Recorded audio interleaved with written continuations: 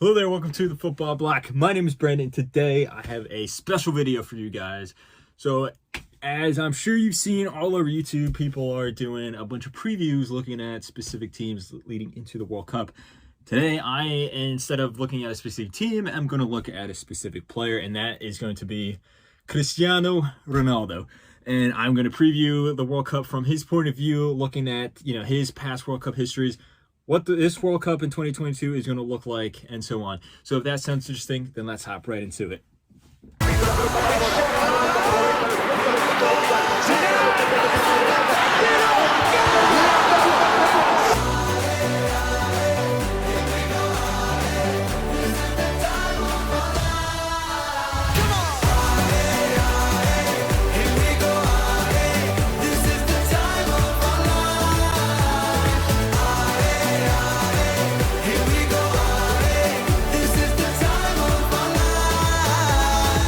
So, Cristiano Ronaldo, one of the greatest players of all time, and if not for Messi, easily the greatest player of this generation.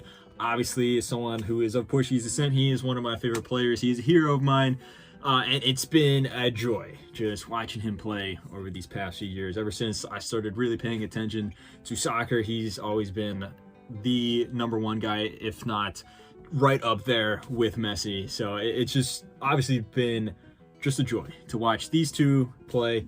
Both of them are different players, and they both occupy different spaces in their society and their culture and their country and things like that. But let's look on to the World Cup, and let's look at how Ronaldo is going into 2022. What we can expect, and what my prediction is for how his tournament is going to turn out with Portugal as he heads into his 5th World Cup with his nation. But first, let's take a look back at all the previous World Cup appearances and some of the recent international performances from Ronaldo. So Ronaldo first started off at the World Cup in 2006 with that very talented Portuguese team that actually made it all the way to the semifinals.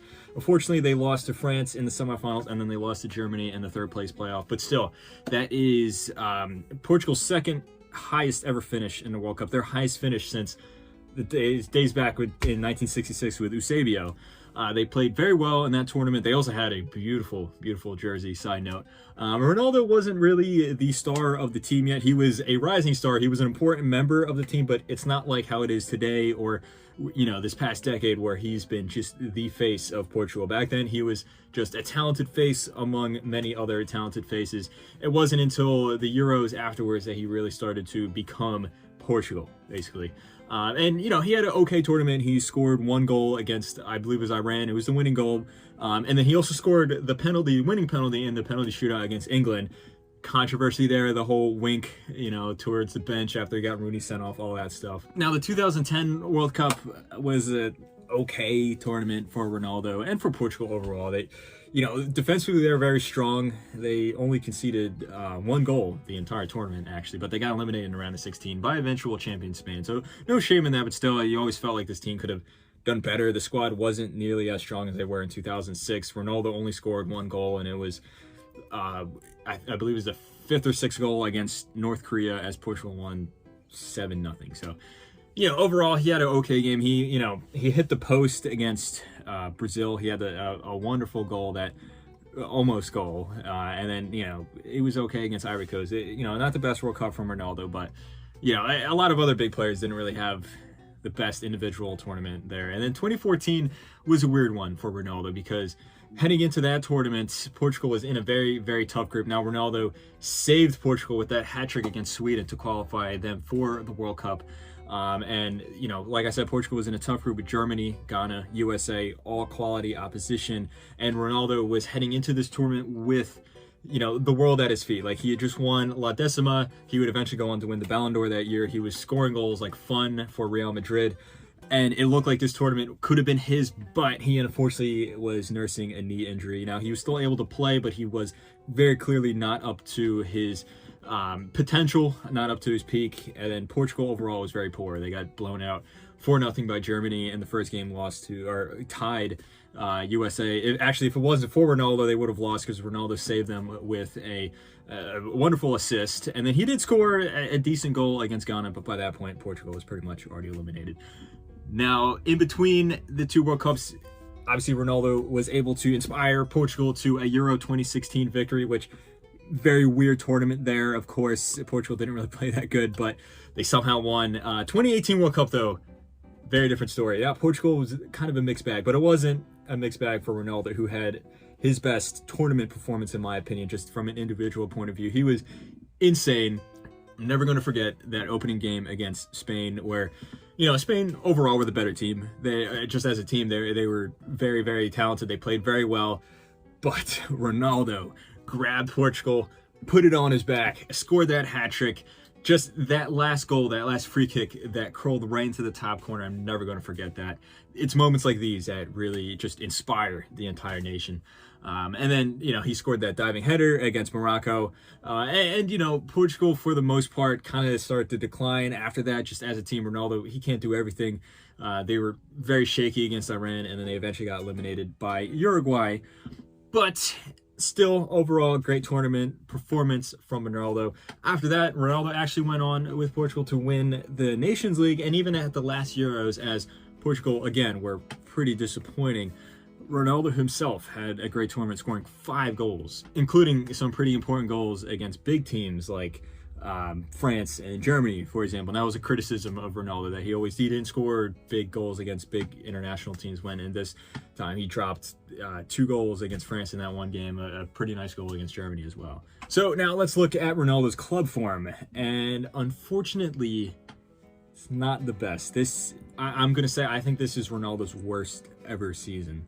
And it's not all his fault. Manchester United is in a very weird place, but, you know, he was scoring goals for fun for Juventus. It didn't really work out, the Ronaldo project. They didn't win the Champions League, but still, you know, it was a successful spell, I would say. And then he went on to Manchester United. And last season, Manchester United was up and down. They were not playing very good. They just kind of had like an identity crisis. You know, Ole Gunnar Solskjaer got sacked in the middle of the season. But Ronaldo was easily United's best player. In the Premier League, in 30 games, he scored 18 goals. In the Champions League, in 7 games, he scored 6 goals. Their top scorer, you know, again, he put the team on his back. He inspired them to many victories. This time around, it's, you know, there's so many questions about whether or not he actually wants to play on the team. You know, Erik ten Hag came in, and I think he's a great manager, but it seems like his style just doesn't really fit Ronaldo. He just came out recently and he said that he wants Ronaldo to stay because there's that whole controversy about Ronaldo just, you know, storming off the field because he wasn't subbed on against Tottenham. Ten Hag said that he wants Ronaldo to stay. Ronaldo's in his plans. I don't really believe that. I think he's just trying to save face. He doesn't want you know, the football media to turn on him because of how powerful of a character Ronaldo is. But, you know, you just look at how they play on the field, and you know, as a Ronaldo fan myself, I still have to admit, Manchester United this season, not overall, but just particularly in this season, they play better without Ronaldo. And again, there's many reasons for that. And Ronaldo himself, his confidence is shot. He's not looking good. And when he comes on the field, you know, it just doesn't look like himself. He had that one really good game against Everton where he scored the winning goal. It was a wonderful goal, by the way. But beyond that, it's been disappointing. And this has bled into his games for Portugal as well. In the last 2 Nations League games, he played against Spain and Czech Republic, and Portugal blew away Czech Republic. Portugal overall actually surprisingly played pretty good, but Ronaldo, prime Ronaldo would have scored a hat-trick in this game. He had like 4 clear chances. He had like a volley, he had a one-on-one, and he messed it up. Just his touch was weak, his timing was not correct, and I just remember watching that. I'm like, this is Cristiano. What's wrong with him? What's happening? You know, and it's father time. It's not. No one can run away from father time. As sad as it is, Ronaldo he's turning 38 soon. He's very old. Most guys, by the time they're 38, they're retired, and he's still playing at a top level, so you can't really complain. But at the same time, it's still sad to see. Similar story against Spain as well. And, you know, there are questions about whether or not he's going to leave Manchester United in the January transfer window, and personally, I think he should leave. Now, to where, I'm not really sure. Chelsea might be an option, maybe. It's a possibility that he could go back to Portugal with Sporting Lisbon, which would be pretty cool to see.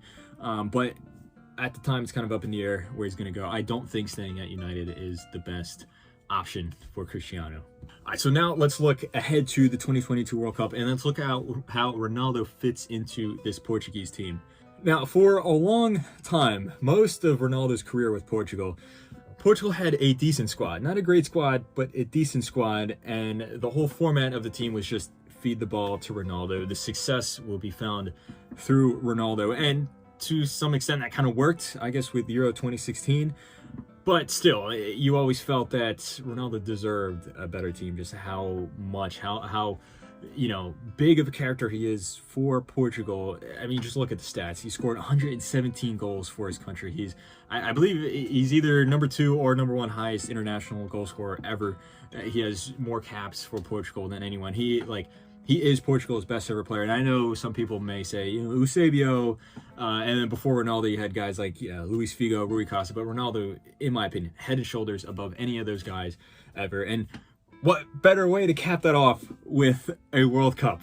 But it's, you look at this team and it's so sad, because just imagine if he had this team in 2014 or even in 2018.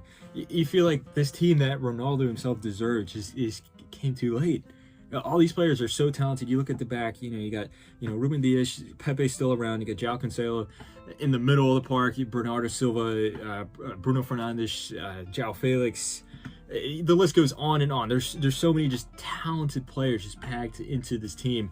And there's many problems with the team still. I think Fernando Sanchez is not the right guy for the job. I've said this many times on the channel before.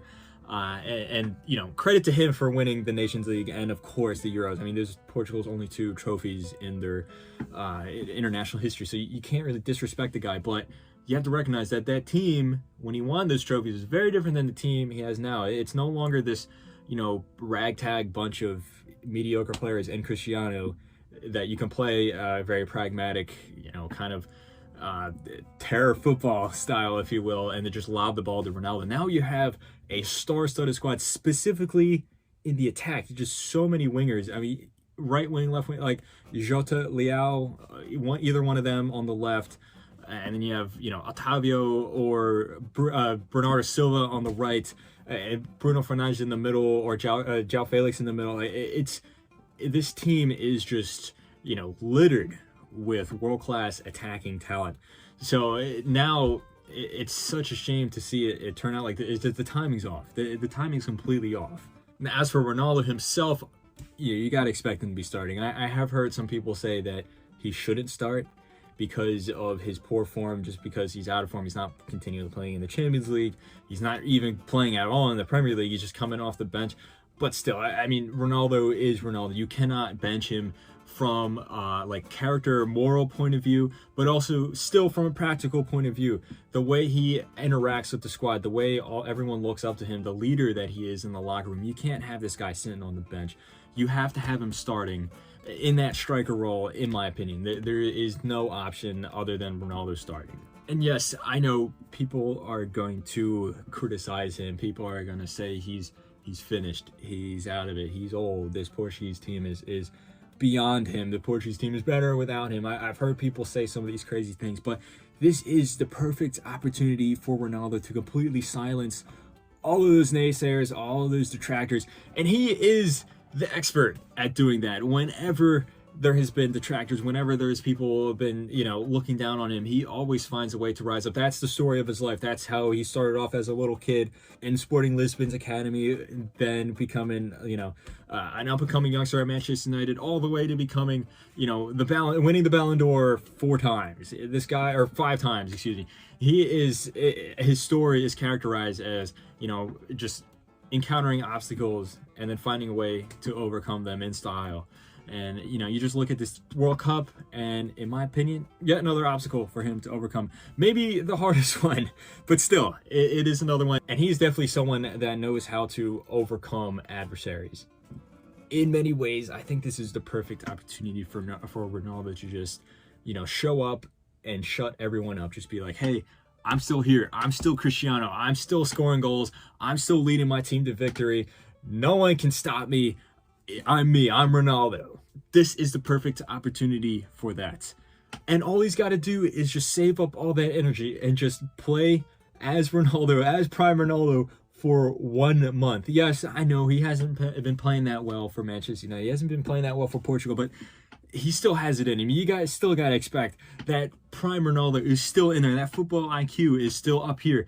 All he's got to do is just save that for 1 month, even if it kills him, even if he just retires afterwards, even if he doesn't play another match of football again. He's just got to save it up for this last World Cup, because realistically, this is probably his last World Cup. I mean, I wouldn't put it past him to play in 2026, and he said he wants to play in the Euros in 2024. I don't know how truthful that is, but this is probably going to be his last World Cup, at least his last World Cup in a situation where he is still playing at the top level. Because look, he's going to be 42 in 2026. I don't think he's really going to be up there, up to speed, if he's even in the squad.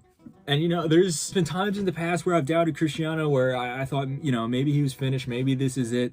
And every time he's shut me up. He is proved me wrong, thankfully.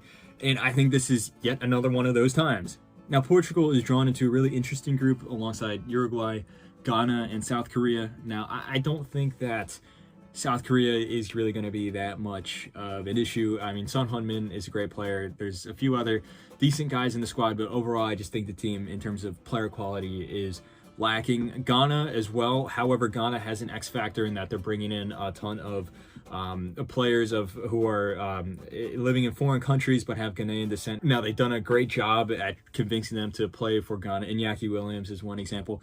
But that could turn out great in the sense that all these very, very talented players could have a great World Cup, or it could be a complete disaster where these guys, you know, they haven't really been in the national team setup for that long. You just throw them on the field, you know, there's a good chance they just won't work together. So Ghana is kind of a question mark, but even still, even with these guys, they pale in comparison to the other two teams. Now, you look at Uruguay. I'm actually a big fan of this Uruguayan team. I think they're extremely underrated. In my other prediction video, I had them going as far as the semifinals and winning I believe I had them winning the bronze medal at the World Cup in my one early prediction video. And they're in very, very good form. Ever since they sacked Tabarez and then they brought in their new manager, he's been doing great. He was able to get the qualification back on track, and then they've been doing really well in the friendlies. For the most part, there's been a few results here and there, but in terms of performances, they've been playing well. And you look at the squad, look at a guy like Fede Valverde, the form he's in. Suarez is still around. Dora Nunez is in great form. Cavani is playing at a top level again. And overall, the team is a strong team. It's going to be very tough for Portugal to overcome Uruguay. And in my other prediction video, I was being very realistic about it, and I said that I don't think that Portugal would be able to overcome Uruguay, and I said that they would even struggle in the group stage, and I said they'd finish second, but it'd be very close. Now, call me biased, and you can criticize me for getting all hyped up in this idea of it being Ronaldo's last cup, but I am going to disagree with that prediction now that we're closer to the World Cup. And I think that Ronaldo is really going to inspire this Portuguese team and pull them up again. He's going to put them on his back, and he's going to carry them to a first place finish in this group. I don't think it's going to be easy. I think it's going to be really tough. I think that Portugal and Uruguay are going to probably make light work of the games against South Korea and Ghana. But in that pivotal matchup between Uruguay and Portugal, I think it's going to be decided on moments of brilliance. And to be honest, even besides Ronaldo, Portugal have much more talented individual players. So I think that is going to be the catalyst that sends Portugal into the knockout rounds. Now, I don't think that Portugal throughout this tournament is going to play that great football. I don't think they're going to be a team like Spain, for example, that just plays beautifully, aesthetically pleasing football. I think Portugal is going to be a team that's pragmatic to some extent. I mean, that's just the legacy and the style of their manager. But also, the team, a lot of times, is just very individualistic, but they're so talented. I think you can use that, you can capitalize on that, and just use that to propel the entire team farther and farther through the tournament. Now, if they were to finish in first place, as I think they will realistically play maybe Serbia, maybe Switzerland, or Cameroon. Most likely Serbia in the round of 16. Now, this will be a very interesting matchup if it does occur, because Serbia and Portugal have had some history in the past. Portugal had to go through the qualification playoffs because they had a goal incorrectly chalked off against Serbia in the one game, and then they got upset by Serbia in the return leg. and Serbia automatically qualified for the World Cup. I think Portugal, specifically Ronaldo, who had that goal disallowed, is going to take that and use it as motivation, and he's going to overcome, and he's going to drag Portugal to overcome Serbia and then into the quarterfinals. Now here is where it's up in the air, because I think realistically Portugal's opponent in the quarterfinals will probably be either Spain or Germany. And, you know, when you get to this stage of the tournament, anything's possible. I mean, look at Costa Rica in 2014. They were a penalty shootout away from making the semis. And because of that, again, you can call me biased, you can call me crazy. I think Ronaldo and Portugal are going to overcome either Spain or Germany and then make it into the semifinals. Now, you know, you can call me illogical. I know this is not the most realistic setting, but, you know, crazy things happen at the World Cup. You know, Portugal has had recent history with Spain and Germany as well. Of course, they have the huge rivalry with Spain, being the two Iberian nations. And they also are probably looking out for a revenge for their pretty crushing defeat against Germany in the Euros. And also at the last, or well, not the last World Cup, but in the last time they played each other at the World Cup in 2014. So again, I think that, you know, whether it be luck, whether it be, you know, the grace of God or something like that, I think Portugal is going to find a way through into the semifinals. And from there, I'm going to stop from there. I'm not going to predict any further because at that point, it's kind of just, it's up in the air. And of course, I'm biased, so I'm not going to say, oh, Ronaldo goes all the way to the final, scores a hat-trick in the final. You know, so I'm just going to stop right there. I think realistically, I think we can see Portugal make it to the semifinals. And like I said, I don't think they're going to be playing good. I don't think this is going to be a classic vintage performance from the team overall. Now, maybe from a player like Ronaldo or a player like Rafael Leao or William Carvalho or someone like that. But they're going to find a way through. And, you know, that's how they won the Euros. They didn't really play good in any of their games, really. I think the only game they played good at the Euros was against Wales. Besides that, they, you know, were drawing games. They were, you know, dragging teams out to the extra time and then either winning on penalties or by a last-minute goal. I think we can see something very similar here. Maybe not as defensively focused because the player quality is very different. You know, maybe it's going to be just a slugfest where, you know, Portugal may concede 2 goals, but then they'll score 3 or something like that, or they'll concede a goal, but then somehow get an equalizer in the last few minutes of the match or something like that. I think that is very realistic to see.